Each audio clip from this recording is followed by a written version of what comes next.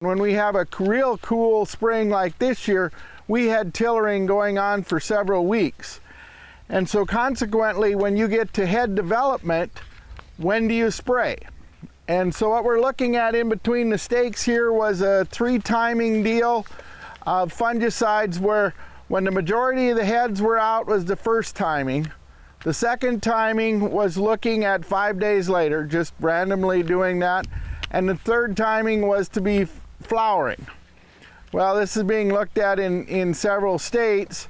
And so in this case, in South Dakota this year, 5 days later was also flowering time. So we actually had 2 timings at the same time.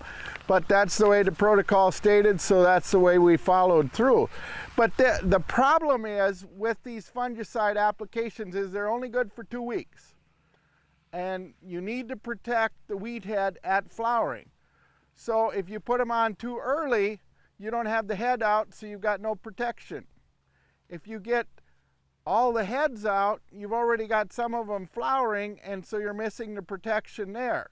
So it becomes a real judgment call and a very narrow date, because your main columns always are your highest producing heads. They're the ones that are the biggest, the most robust, and usually will produce the most kernels. So you want to protect them, but yet you want to be late enough to get that heads that do come out later that are the tillers. And so we're doing it on winter wheat down here at Southeast. We've got a similar test on spring wheat at Northeast. And we're going to see if we detect any differences out of it. When we did the early scab ratings here, it really doesn't seem to be a big difference. It was more if you had the protection on made a difference, and maybe the timing isn't quite as critical as we think. But I think when we get to yield, and then we're also going to look at mycotoxins in the grain afterwards, that it may give us a different story.